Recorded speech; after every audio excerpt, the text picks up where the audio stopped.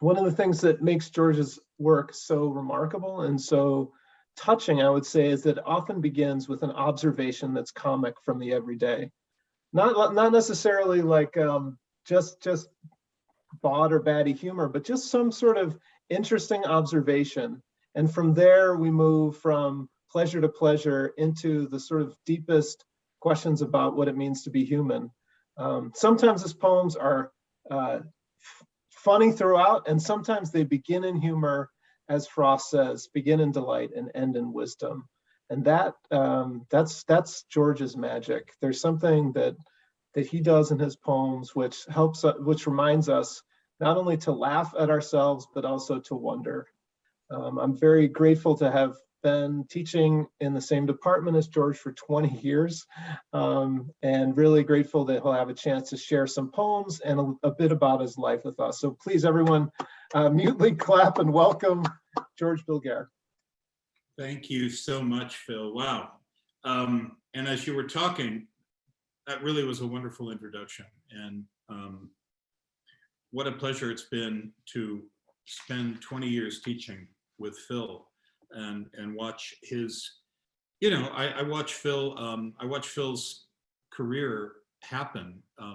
Phil went from being, like all of us, an obscure poet, struggling to find his way, and he's become a prominent national figure in his own right. And so we've got, Phil's done some amazing things, and it should be mentioned that Phil just won a Guggenheim grant, one of the big prizes out there. One kind of prize with some serious money too, but incredibly prestigious prize. So, congrats, Phil. It's been fun, and I'm going to do a weird thing tonight. I'm going to do. It's hard to sort of describe exactly what I'm going to do.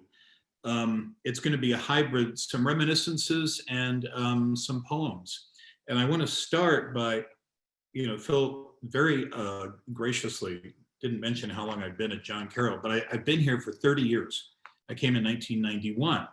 And when I came, I found, this is in my office. When I came, this is what this school looked like.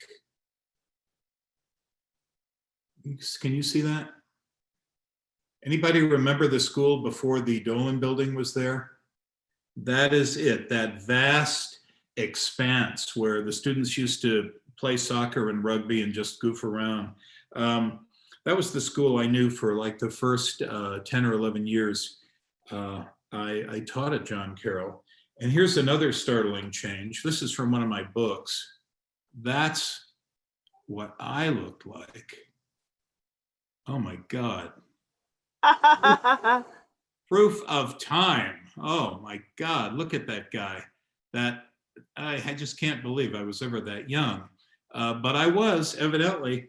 And that is, let that be a warning to all of you writers. Never have book jacket photographs. They may look good that first year, but they come back to haunt you. And you go to a reading and someone comes up and says, "Are you that guy?" It's very painful. So I'm going to start by I was just mentioning Phil's Guggenheim. One of the things we poets do is dream of winning big prizes, right?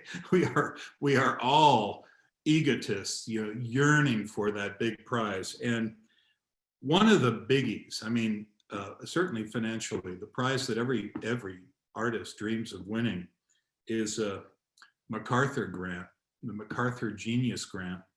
And here's, has anyone here won a MacArthur grant?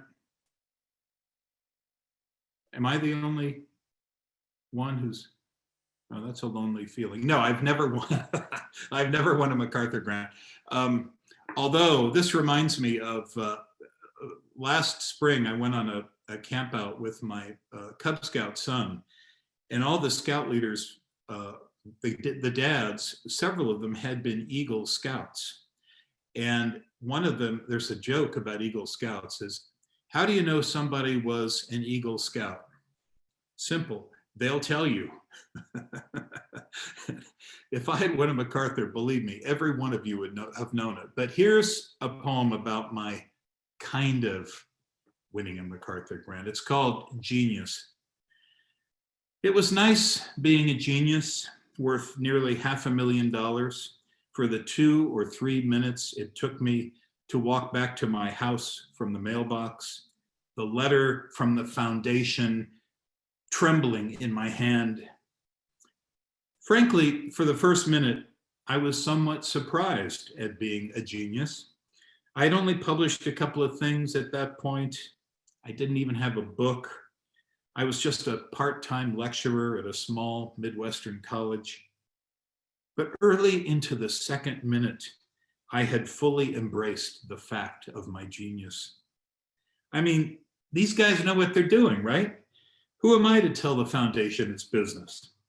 And I was already rehearsing the modest, hey, it's no big deal tone of voice I'd be using on the phone for the rest of the day as I called all my friends and especially my enemies to share the good news. But when I opened the letter and found it was merely a request for me to recommend somebody else to be a genius, I lost interest and made myself a ham sandwich. And I can't hear your applause, but I know you're all, the power of that last line is undeniable. And I've said this before, if you're a novice poet struggling to figure out how to end a poem, that always works. I made myself a ham sandwich. Will work with any poem.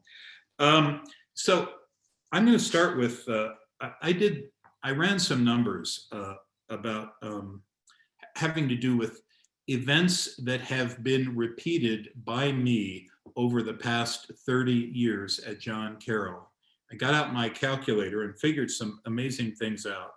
For instance, I have taught about 4,000 students in the past 30 years. 4,000, the population of a small Midwestern town. And I'm just going to take a minute here to say a few words to each student individually. We're going to start with the A's. No, just kidding. But that just staggers the imagination. 4,000 students. I figure I have purchased from Clarissa at the in-between 3,240 slices of pastrami pizza. The English department and the history department are separated by a common bathroom. And it seems like every time I go in there in the morning at work, Matt Berg is standing there. And so 3,240 times we have had this conversation standing at the urinal. Hey, Matt, how's it going? Good. How about you? Good. Yeah, it's been good. 12,720 times I have said to poetry workshops, show, don't tell. 10,000 times I have broadcast episodes of the weekly radio show I do with my friend John Donahue, Wordplay. 27,000 times I have begun a question to Anna Hosevar, begins this way. Anna, could you help me fill in the blanks? 7,100 times Tom Pace has walked into the workroom on a Monday morning and said, how was your weekend? I like that one a lot. 18,000 times. Number of times I have explained to students the difference between ITS and IT''S. Number of students who actually learned this, 3. 14,700 times I have heard Brian McCaskill at a department meeting say the phrase, in its various iterations, or I should say incarnations. And I love that phrase. 17,000 times, the number of times John McCartney, when he was chair of the department, began a meeting saying, let's get our ducks in a row. That's an significant list. And these things are real. In these 30 years, Phil, think about this. I calculate I have hosted 120 poetry readings, 120 poetry readings over in Rodman Hall. In our reading series, I don't know how many people we've hosted, but the guests include 4 poet laureates and at least 1 Pulitzer Prize winner. And maybe most significantly of all, I have hosted 50 of the legendary Pizzazz John Carroll launch parties, which will be my lasting legacy at the school. And a lot of you watching have been to those parties. And there's a really interesting kind of metric here. If you've been to those parties, you know the sound. I borrow this big powered speaker from the radio studio. And the thing is about this wide and about, I don't know, 3 feet high. You mount it on a big tripod. And it probably weighs, I don't know, something like 60 pounds. It is a heavy thing. And I have carried it every year all the way down the stairs and then all the way back up the stairs. Every year I get a year older. And it's a lot harder to carry that thing down the stairs than it used to be. And I figure when I can no longer carry the speaker down the stairs, that's when I retire. So I've got at least a few more years carrying that speaker up and down the stairs. And I want to mention, well, I think before that, I'll read another poem. Read another poem here. I am like the world's oldest relatively new dad. I have an 8-year-old and a 5-year-old. And 5 years ago, I was present at the birth of my 5-year-old, Alex. And, those of you who have had kids, you know that if you are fortunate enough to actually witness the birth, that is probably the most extraordinary moment in your life, seeing that happen. I mean, I really can think of nothing comparable to that miraculous instant when one moment there was not this child in the world, and the next moment that child is in the world, and it's your child, your wife's child. It's just an astounding thing. Astounding to you, but it's not necessarily that astounding to everyone else in that room. And so this poem is based on something that actually happened when Alex was born. And the poem is called Push. I'm trying to look as if I'm suffering. I have this anguished expression on my face, but it's wasted since I'm wearing a surgical mask. And anyway, the focus here is really on my wife. And the doctor is right there between her legs and he's shouting, push! And my wife is doing this astounding thing. She's pushing yet another human being into the world, a world that so far seems to be pushing back. And the baby's heartbeat is down to 90. So the doc says, I think maybe one more try and then we do the cesarean. So things in the room really are a bit tense. It's definitely a moment that demands a lot of attention. And my wife is gathering whatever shreds of strength remain in the shaking, exhausted sleeve of flesh her body has become. The blood and sweat and fluids everywhere. And this is it. When I hear the attending nurse standing just behind me saying to this guy in scrubs standing next to her, I think he's the anesthesiologist's assistant, well, just because Karen says she has a boyfriend doesn't necessarily mean she won't go out with you. And the guy says, his voice rising because my wife really is screaming quite loudly at this point, yeah, okay, I guess I should give it a try. I mean, what's the worst that can happen other than getting shot down and looking like a total fool? And the nurse says, as the doctor is shouting, push. Yeah, but hasn't it been like a long dry spell for you? Aren't you getting a little desperate here? And the guy laughs, and my wife screams again, and the doctor says, yes!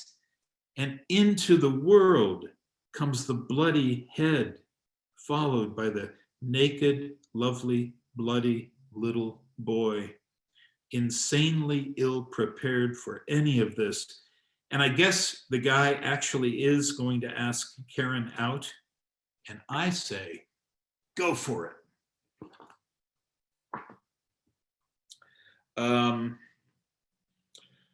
So a few people have left the department in the past few years, more than a few. People that I came in with, or that people who were here when I arrived and people who got here later.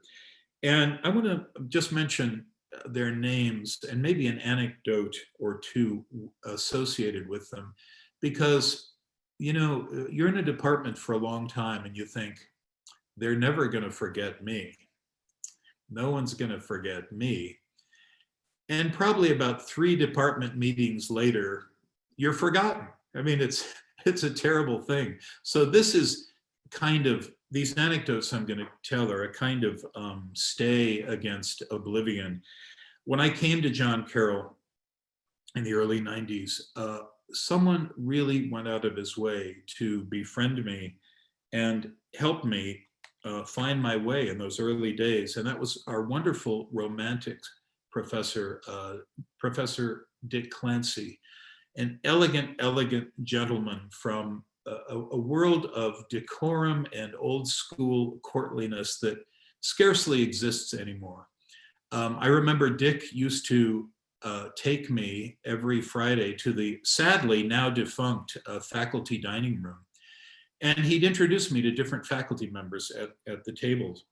And I remember one time it was really hot. It was probably September or something. And Dick would do this. He always wore a necktie and a jacket. And he would come to the table, and if there were ladies present, he would say, would you ladies be offended if I removed my jacket? Would you ladies be offended if I removed my jacket? It was just so lovely and so gracious. And there are a lot of great stories about Dick, who was the world's most conscientiously, scrupulously dedicated to doing right person, really, that I've ever met. And a Dick anecdote is that he went to some literary event one night, and driving home at about midnight in a remote part of town, he ran a red light. Yeah, Dick Clancy ran a red light. And he drove home, and he tossed and turned all night. And in the morning, he got up and drove himself to the local police station and turned himself in. And the cop at the desk, the cop on duty, listened to the story and said, Professor, we're gonna let you go this time. So Dick Clancy got off the hook. David LaGuardia retired last year. No one embodies the spirit of the English department, or indeed John Carroll University, as David LaGuardia did and does.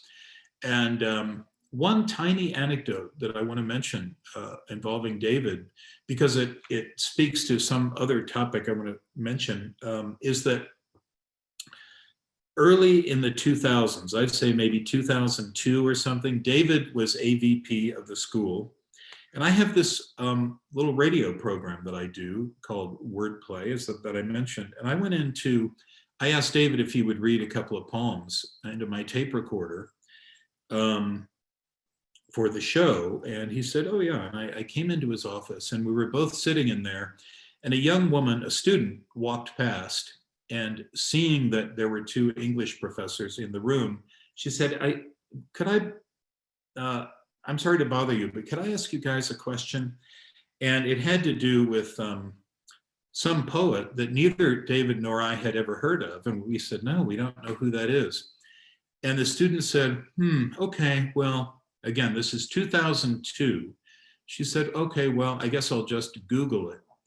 And David and I said, in perfect harmony, we said, what's Google? I mean, it was just so funny because neither one of us knew. And the student looked at us like, what planet are you guys from? I mean, the world was changing around us. And okay, John McCartney retired, almost retired last year. Actually, he's teaching a class this term, and it's great to have him around for one more semester. But he gave one of these last lecture things. And as John has been a dear friend of mine for many years, he was best man at my wedding. And any of you who have had John as a professor know he's a brilliant, dedicated, conscientious professor, like really the model of a university professor. And John and I, a few years back, I would say probably something like 5 years, we traveled together to LA to the MLA conference to hire a fiction writer. And I should say, we have hired more fiction writers in our English department since I've been there than the Browns have hired quarterbacks, easily. I would say the number is probably at around 300 or 400. And John and I were out hiring the latest one at the MLA conference. And as this was going on, John had his birthday. And he happened to mention it to me. And I said, okay, I'm going to take you out tonight for a drink, celebrate your birthday. So we were at a nice hotel near the Staples Center in LA. And I said to the concierge that afternoon, what is a really cool bar, a great local bar around here? And he said, oh, no question, that would be the Standard Hotel. And the Standard Hotel, despite its bland name, it's one of the coolest places in LA. It's where the George Clooney, Brad Pitt movie, Ocean's 12 was filmed. There are many scenes shot in there. It's where all the celebrities hang out. And so I took John there for a drink, and we walked in, and the coolness level was unmeasurably high. The people were stunningly glamorous. And in fact, the least glamorous person there sitting at the bar was Stephen Greenblatt, the world famous Shakespeare scholar. I mean, it was an amazing scene. And John and I sat down, and you guys all know what calamari is, right? Calamari, octopus. And there's a drink called, there's a very bitter kind of liqueur. It's called Campari.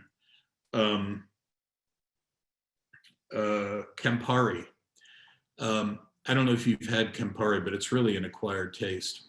Anyway, John and I sit down at the bar, and this bartender walks up who looks, I don't know, he looks like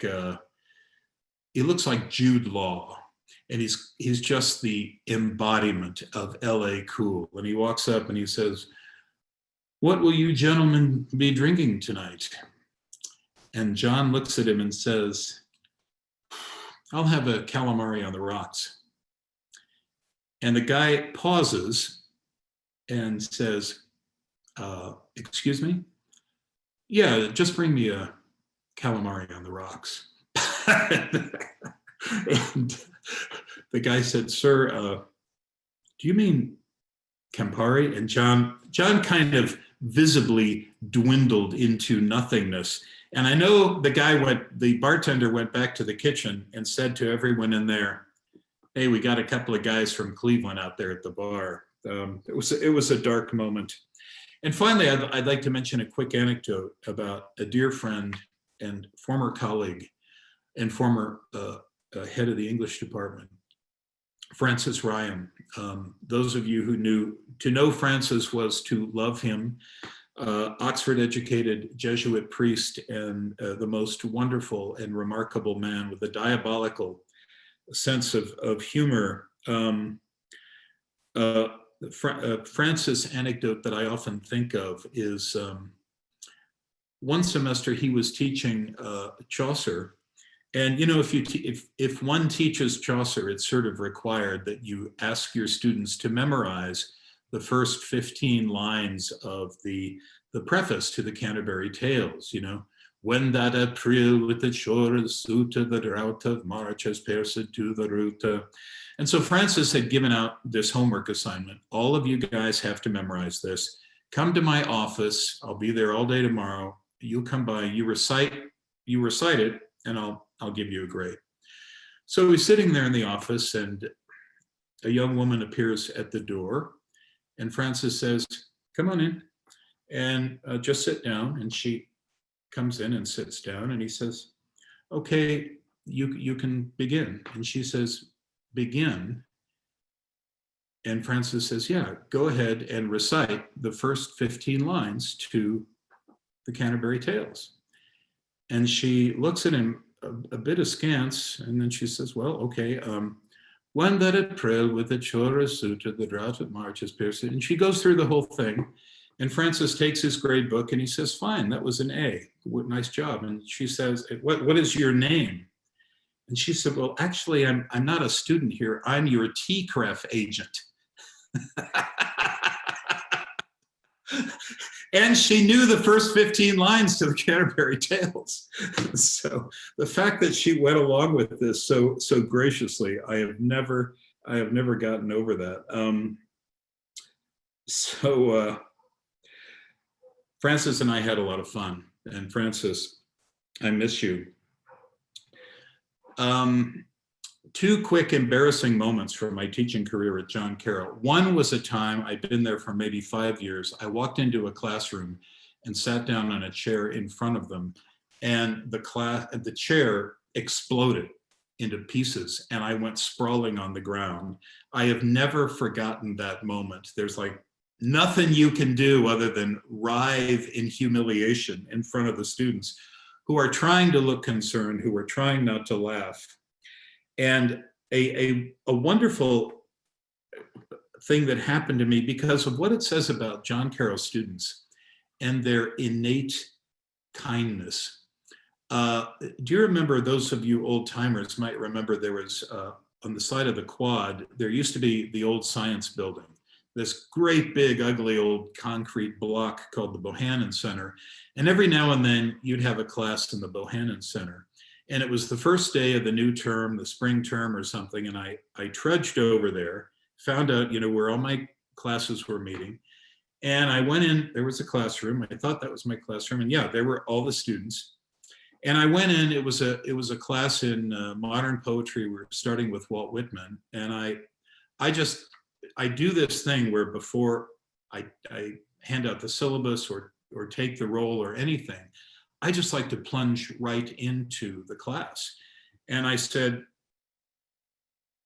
probably the inventor of modern poetry, the father of modern poetry, someone named Walt Whitman. And I want to tell you a little bit about Walt Whitman. And then I want to read to you from his great poem, Song of Myself. I said a few words about Whitman to the students, and then I started reading Song of Myself just for the music of this magical, astonishing poem. And I'd probably been going on for about 10 minutes when one of the students raised his hand and said, sir, this is Statistics 101. I'd gone into the wrong classroom. The students had been too polite to say anything. The actual teacher of the class, a new faculty member, had seen me talking to them, and she figured she had the wrong classroom, so she'd walked back to the registrar to check it out. But the fact that they would sit there and listen to me recite a Song of Myself instead of talking about statistics, it was just great. I mean, I've always wondered, did we get some English majors out of that? Maybe so. Maybe we did. All right, how are we doing for time? I'm not going to keep you too terribly long. I'm going to read another poem to you. And it's a poem about my father. And those of you who are writers, those of you who are poets know that the the inexhaustible mine of poetic inspiration is your childhood and your relationship with your family. And I've said this before in jest, but there's some truth to it. If you want your kids to become poets, be an alcoholic, because children of alcoholic parents invariably become poets 100% of the time. And my dad really struggled with the bottle, and it ended up killing him. And here is a poem about a childhood memory of my father and that struggle. The poem is called The Forge. I remember watching my father stop halfway up the driveway because my tricycle was blocking the way to the garage, and how he solved the problem by picking up the tricycle by the handlebars and smashing it through the windshield of our brand new family station wagon, his face red with scotch, his black tie and jacket flapping with effort, the tricycle making its way a little farther with each blow into the roomy interior of the latest model as the safety glass relented, the tricycle and the windshield both praiseworthy for their toughness, the struggle between them somehow making perfect sense in midday on our quiet suburban street. The windshield, the anvil, the trike, the hammer, the marriage, the forge, and failure glowing in the heat, beaten and tempered, slowly taking shape. Poem for my dad. And I think maybe just as to accompany a compliment to that poem. Yeah, I'll get to it in just a second. So I want to say, before I introduce another poem, so I've been here 30 years, and I want to say the biggest change I have seen in that time, in those 30 years, well, it began, I will tell you an anecdote about how I started to become aware of this change. It was the summer of 2000, and I was teaching a night class, summer one night class. It was a poetry workshop. And there were a dozen or 15 students, and we finished the first class session. And after class, a woman walked up to me, an older woman, not a typical student age. She was probably in her late 30s. And she said, I want you to know, I really enjoy your class, and I'm eager to take the class. But I have 2 kids at home with a babysitter. So would you mind if I kept on during the class period and this is the phrase she used, my mobile cellular phone. My mobile cellular phone. And I said, your what? And she reached into her purse and pulled out this thing about the size of a brick with a big antenna sticking out of it. Hi, Michael. How was soccer practice? Good. She pulls this colossal thing out of her purse. And I said, oh, yeah, I've heard about those things, the mobile cellular phone. And, that was that. Within, I would say, 3 years of that experience, every single student on John Carroll's campus and every other campus in the country had some kind of little phone. And not many years after that, every student had a smartphone, right? I don't know when that was, maybe 2007 or 8 that the smartphone came in.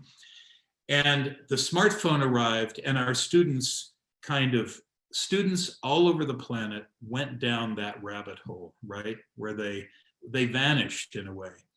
And the smartphone and the digital age changed, it changed a million things, but it certainly changed the feeling and the mood of college campuses. Because, once I got my computer when I got to John Carroll in 91, we had these funny looking brown things on our desks, Epsom computers. They could do one thing and one thing only: connect to something known as the VAX, V-A-X, that let you talk to the library. I used mine to put my coffee cup on. I never turned the damn thing on.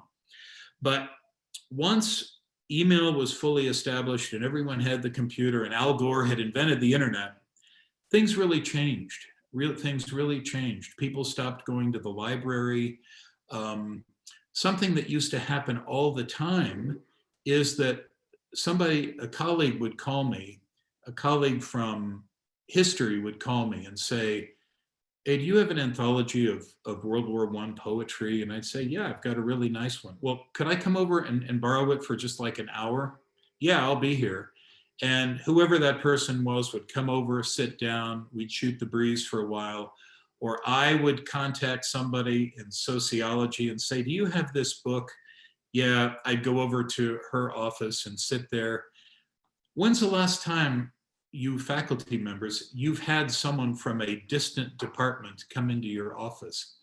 It's really, we don't know each other in the same way we used to before the digital age arrived. That said, the digital age has been great for my career, for Phil's career, for the career of God knows how many writers and artists. Because, and Phil and any other poets out here, you can relate to this. I well remember those readings. You go to a bookshop reading and there are 5 people and a therapy dog waiting for you to read. And 3 of those people are there for the open mic. I mean, I have paid my dues with readings like that, believe me, as have you guys. Suddenly, with the internet, especially with some of the kind of internet publishing things, you can have an audience of thousands, millions, and it's astounding. So, Malcolm Gladwell has that phrase called the tipping point. And I do my writing in a local cafe not far from here called the Stone Oven. And one day, probably in around 2012 or something, I started noticing that more people had computers and phones than had books or newspapers. And I was kind of irritated by this, and really irritated by the fact that I was trying to write, and this woman at the next table was having a conversation with a friend. And so I wrote a poem about the growing onslaught of portable computer devices in cafes. And I'm going to read you the poem, and then I'm going to tell you a tiny anecdote about it, and we'll wrap things up in a minute. The poem is called,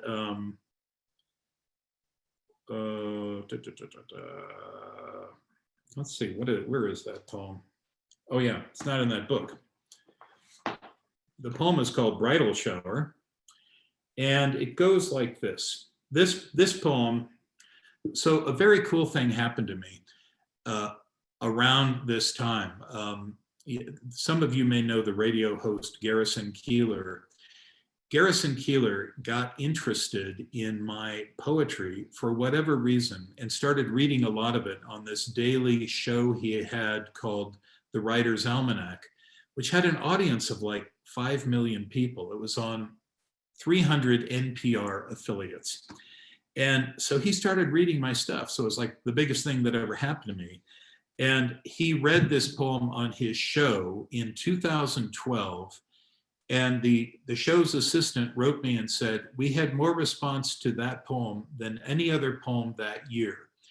And I'll tell you, it's not a great poem, but the timing of this poem was impeccable. The timing was perfect. So here's the poem.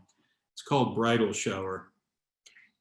Perhaps in a distant cafe, 4 or 5 people are talking with the 4 or 5 people who are chatting on their cell phones this morning here in my favorite cafe.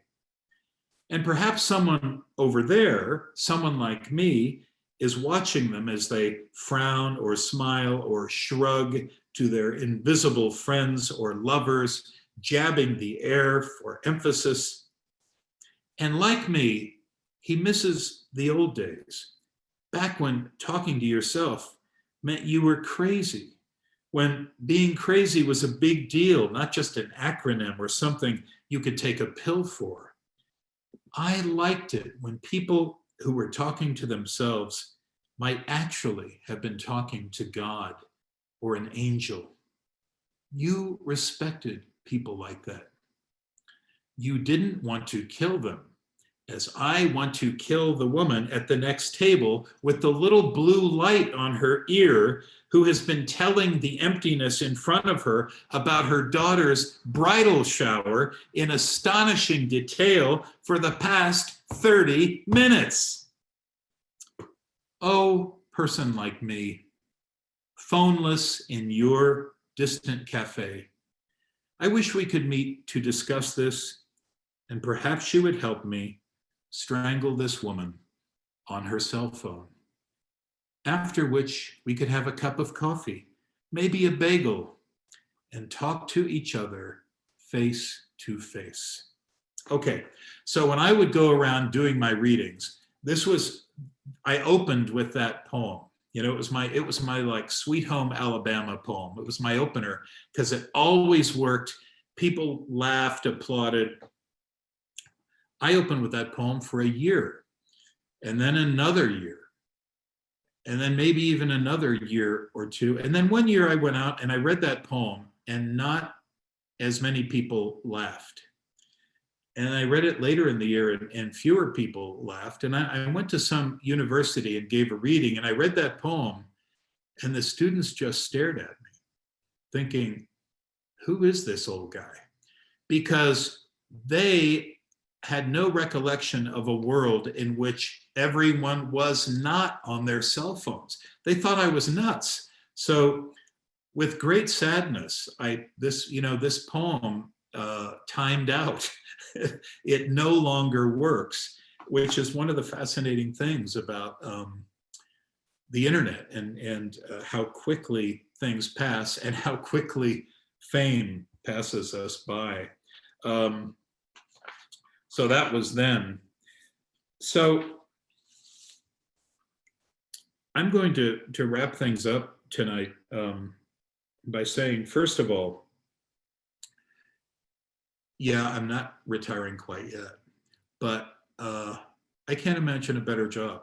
I can't imagine a better job for anyone, but especially for a writer.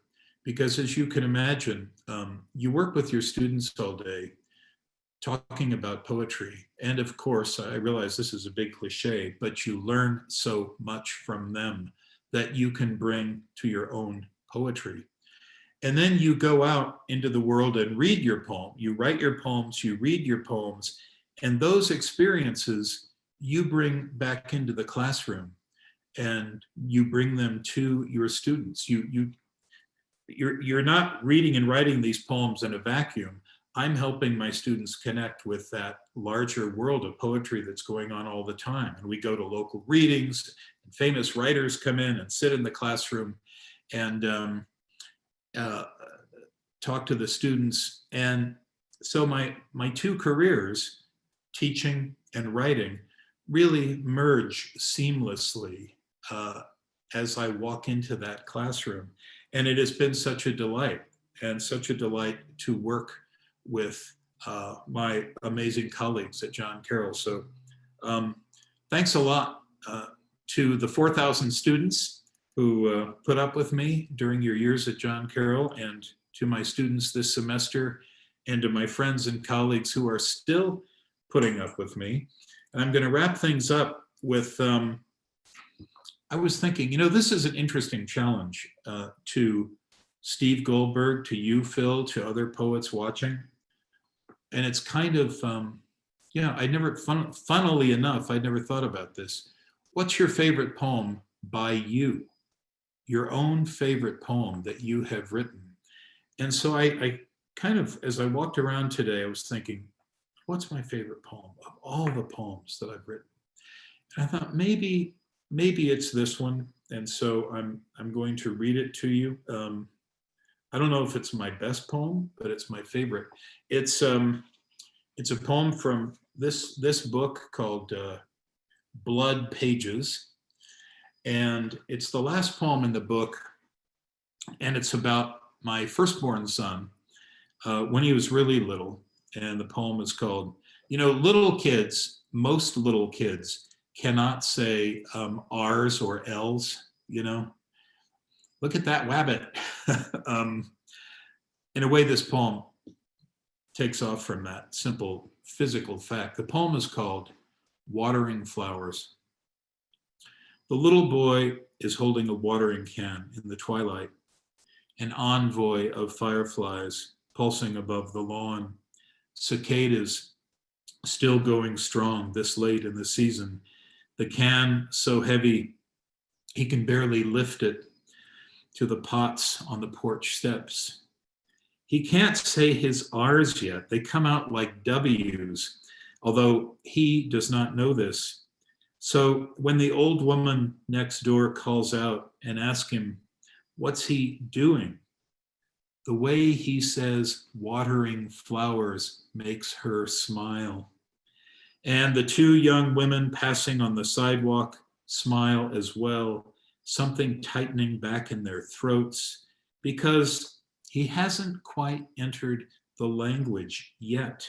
He's still living in that world before everything makes a kind of hard, no-nonsense sense you can't do anything about, which means they want to draw him to their bosoms. Even the houses on the old street lean over him protectively. They've sent so many other children out of their cool wooden rooms and into the world.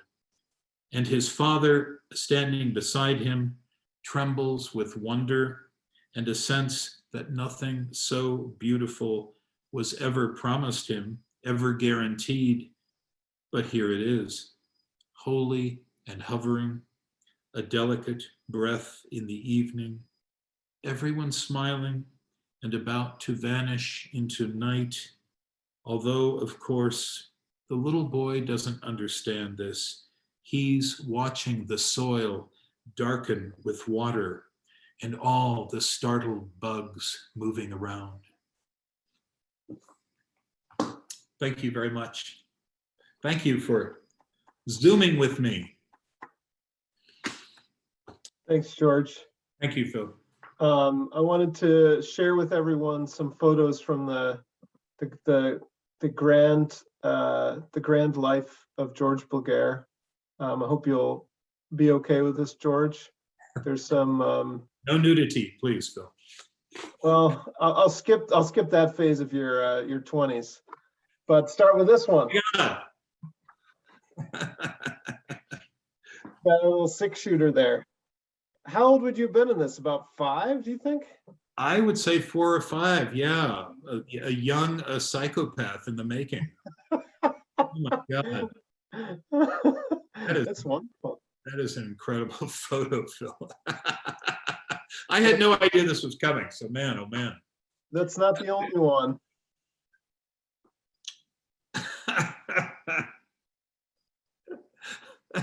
You've always been a baller, George.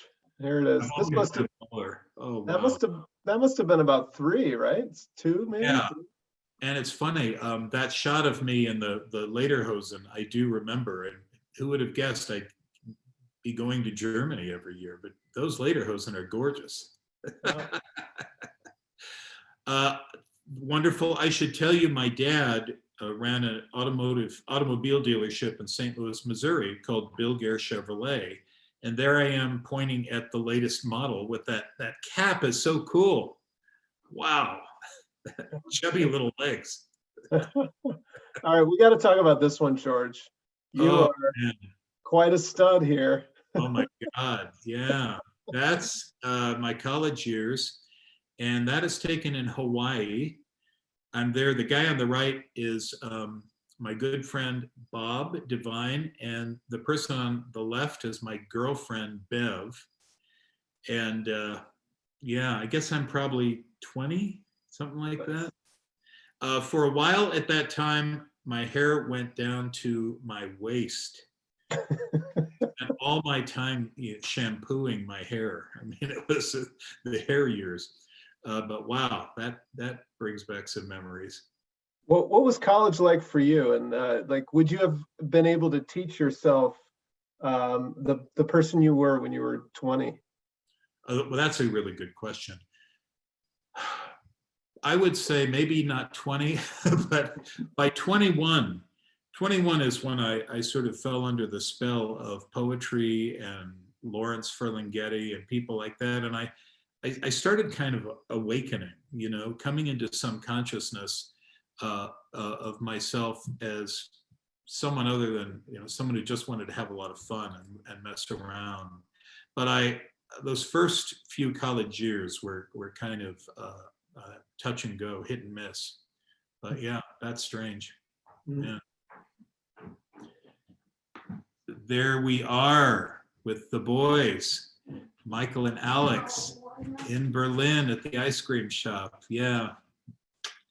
So would this have been a recent one? Yeah, that photo right there was taken a couple of months ago in Mexico. We were visiting a little island in Mexico where we went because we thought we wouldn't be able to go to Germany. So we went down to a little island called Isla Mujeres. So on the left is my son Michael, and on the right is crazy man Alex. Yeah, that's me in the middle. Wow, there we go back really far. There I am again, like early 20s. My Uncle John on the right, and a great friend of the family's who had for years worked with my dad. His name was George, and we were having some kind of family dinner or get together. I forget the occasion, but yeah. So I have to say, I absolutely loved seeing the pictures of you as a youth, and actually as a sort of college and early 20s, because I only knew you when I arrived 20 years ago. So although you were very much the stud that you are today, I didn't know you in your most youthful version. So it was very touching. Thanks to Jody for sending those pictures along. Okay, I'm going to do this to you sometime. You realize that. Well, about those embarrassing photos. Thanks. I know. Thank you so much, George, for sharing your work. And thanks to everybody for showing up tonight, particularly those former students of George or current students of George. Please feel free to send him a message in the chat if you'd like, where you are now, or if you'd like to say a word to him. I'm sure he'd love to hear. But this is the official end of our program, and now it's just time to socialize, as if the reading were over and we're all hanging out at the book table or at the bar. So good to see everybody, and I'll hang out with you. So thanks. Anybody want to say hi to George? What a nice event. And could I just say, man, I wish we could walk across the street to the local bar and have a beer together and stand around. And we'll all be doing that pretty soon. I'm hoping. I miss it, buddy. Yeah, we'll do it too. Yeah, George, next time I get back to Cleveland when all this is over. George, you have any? Hey, I just saw Jimmy Martinez. Good to see you, Jimmy. You too. George, I'm looking at you from Marin County, California. Hi. And I'm a huge, huge fan and received a notice from someone. So I'm so thrilled to see you, and you're such a lovely man. Keep writing those poems. I have your book. Real inspiration to me. Total inspiration. That is so kind of you. Thank you. Thank you. I've been working with Tom Centinella for a long time. So. Oh, wow. Wow. One of my heroes. Yeah. Well, you're my hero. Thank you. Thank you. Anybody else out there want to say hi? A virtual hi. Hi, George. It's your old friend Claire. I hope to see you soon. Claire, let's see. I'm trying to remember. Do you know who I am? Oh, yeah. I have dim memory, Claire. I'm kind of short. Yeah, that's right. Blonde. Yeah. Short blonde. Claire. Yeah. Having a beer. Come on, with Goldberg. I know. Soon. Next few weeks, I am here and I am ready. It would be really fun to get together. I am okay. ready. And Steve seconds that. And Steve got a new job again, so. I know. I'm happy for Steve. This time you buy.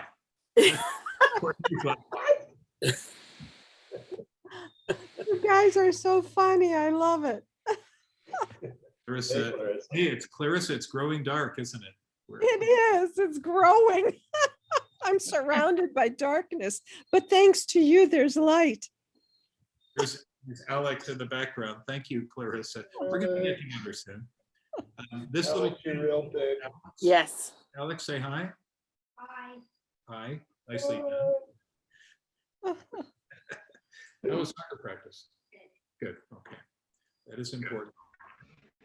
George, do you have any Mr. Jody. particular memory of John Magner, who was on the radio when Carol first had a radio, I think, radio station? Well, the person speaking right now is Mike Quinn, who is a good buddy of mine from years ago at John Carroll, top-rated handball player. I used to love watching you play. That beautiful game that even then hardly anyone was playing anymore. That was a sad thing. It's good to see you, Mike. And Mike is talking about a guy named Jim Magner, who was the legendary figure at John Carroll.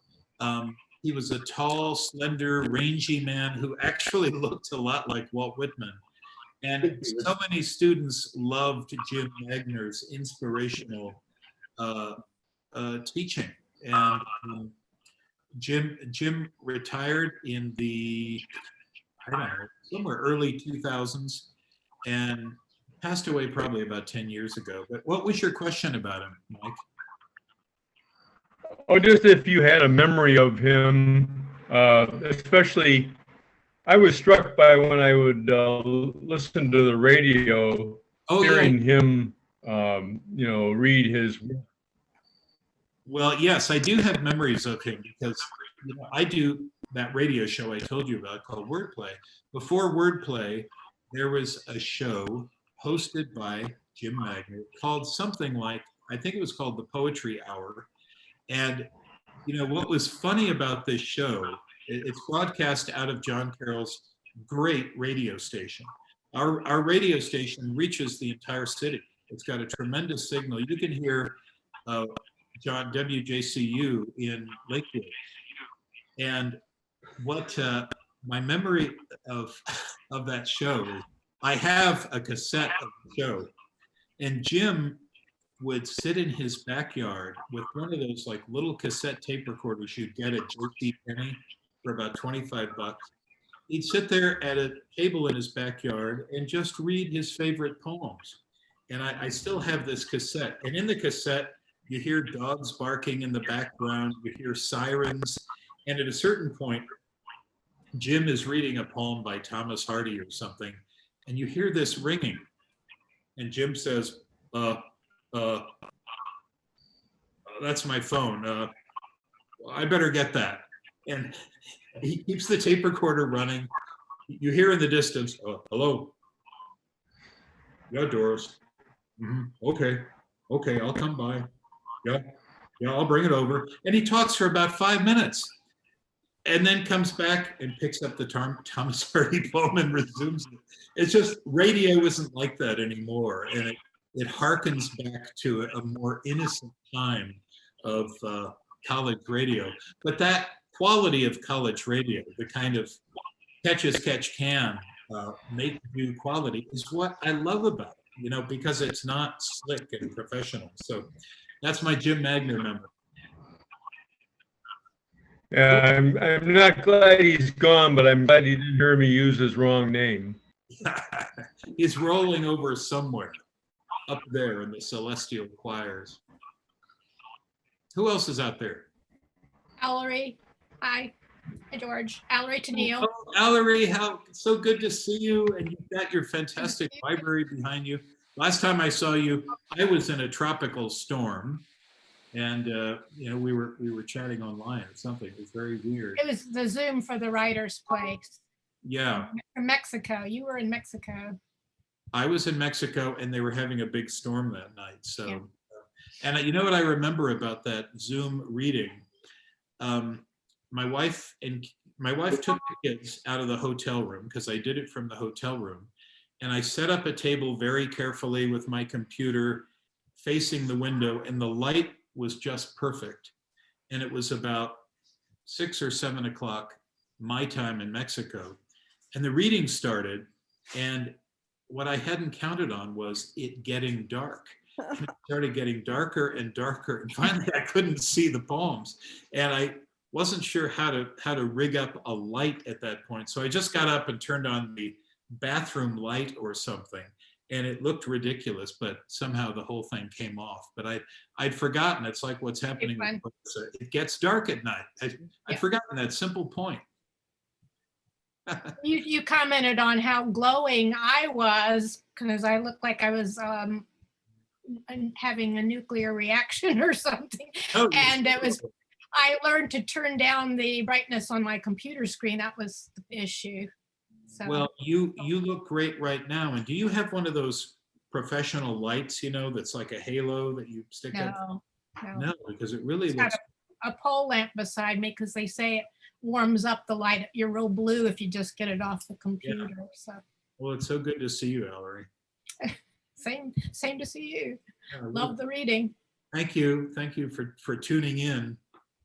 I love your room too. A room full of books. Nothing is better. Nothing is warmer than that. Yes. Long may they last. Yes.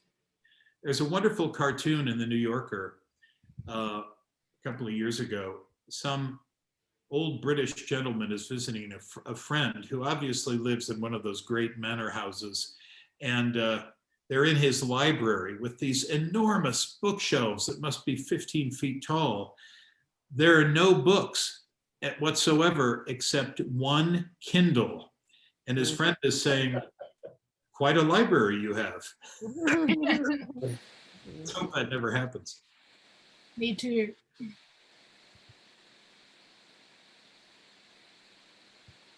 Hey, George, I just wanted to say hi. It's Andrew Summerson. Hey, Andrew, so good to see you, man. You're looking so hirsute. Oh, thanks. Yeah, I'm here to model that for you all. And I just have really beautiful memories of running into you at the Stone Oven writing, and it was really great for you to reflect on that, to kind of see you at peace thinking, and that's always like been a real a tender place to see somebody so hard at work. Really in the middle of such casual encounters at a. It's cool that you would say it. Thank you, Andrew. And you know, obviously I couldn't do that last year because the interior was closed, but it's open now, and starting next week you'll see me back there. So come on by and we'll have a cup of coffee. Are you still in town? No, I live in Chicago now. Chicago. Oh, okay. Well, drive over and we'll have a cup of coffee. I like that. Yeah. Good to see you, Andrew. Really, if you're in town, would you shoot me an email? I would love to. Yeah, I would certainly. Yeah, it'd be great. Could it be beer, not coffee? I would. Yeah, it could be any beverage you want. You know. Beer. All right. Good to see you. Love your beard. Thanks. Yeah. Anyone else out there in our virtual hangout? That was Andrew Summerson, the great Andrew. I'm just giving you a last goodbye story talking about books. Yeah. On the internet, I recently saw that an older woman had been given a Kindle, and her daughter found that she used the Kindle in a book as a bookmark. Oh, that is too good. That is so great. That's a kind of sweet revenge, isn't it? I love that. That's kind of, yeah, that's really beautiful. That kind of reminds me in a strange way of one of the really nice things that has happened in the realm of books is that, you know, all the little independent bookstores were collapsing and failing because of those giants like Barnes and Noble and what were Amazon. What were the other? Amazon. Well, Amazon, all Borders. Of them. Borders, the giant Borders that used to be over in Beechwood. And then those big box bookstores, that model just collapsed. And the little independents in Cleveland, like Max Backs and Loganberry and Visible Voice, they took up the slack. And it was just so great to see those wonderful little bookstores, you know, kind of save the day. So I've just been thrilled by that. I'm so jealous about this because here in Peru, I have to have a Kindle in order to get my English books. Yeah. Because it's absolutely impossible. If they arrive, they get nicked, most of them, on the way because somebody can always use something. They don't know what they're stealing, but it must be something useful. So I love my Kindle and use it, and I would be completely cut off if it wasn't for They can be great for things like plane flights and stuff like that. But a real book, give me a real book anytime. Oh, me too. Yeah. I've never read a book on a Kindle. Me either. Never have. I've tried. I just cannot do it. Come and live in Peru. You'll get used to it. I will get used to it. George, I'd love to meet you someday. Hey, Doc. Good to see you. Good to be seen and not viewed. Yeah, I love your background. Are you actually broadcasting from another planet, or? No, it's a Zoom background of sun rising over the Earth from the night side. Man, that's gorgeous. That is absolutely stunning. Yeah, well, someday we'll meet at some literary, I mean, once literary events get going again, I mean, I haven't done an actual reading or appearance in over a year, no, either has anybody else, so. Well, I have. Have you managed to put some things together? Yeah, in fact, I did a reading at the Bexley Bash, which is a party in the park in South Euclid. Yeah. And there's a group of us getting together next Friday at 5:30 at Harvey Pekar Park to do a live reading. Hey, would you shoot me an email about that? I'll think about it. Think about it, yeah. Maybe I could come down and watch you guys. But that's hey, great. We'd love to have you participate. You got my email? I believe so. Bilgere at jcu.edu. That's right. So yeah, let me hear from you, Doc. That would be great. Thanks. Will do. I have not been to a live poetry reading in over a year. It's been extreme. Oh, and I read it live at Loganberry recently. Indoors? Yeah. Is that so? That must have been very recently. Yes, just a couple of weeks ago. Right. Okay. That's really good. That's really good to know. This is Clarissa in the Dark. I read on the 8th of August at the Roosevelt Lagoon for the Nagasaki Memorial Service. Oh, okay. And it was outdoors and it was stunning. There was no other poet there, but people who did not want to repeat the same mistakes of the past were there. And I never had so many people come up to me and congratulate me.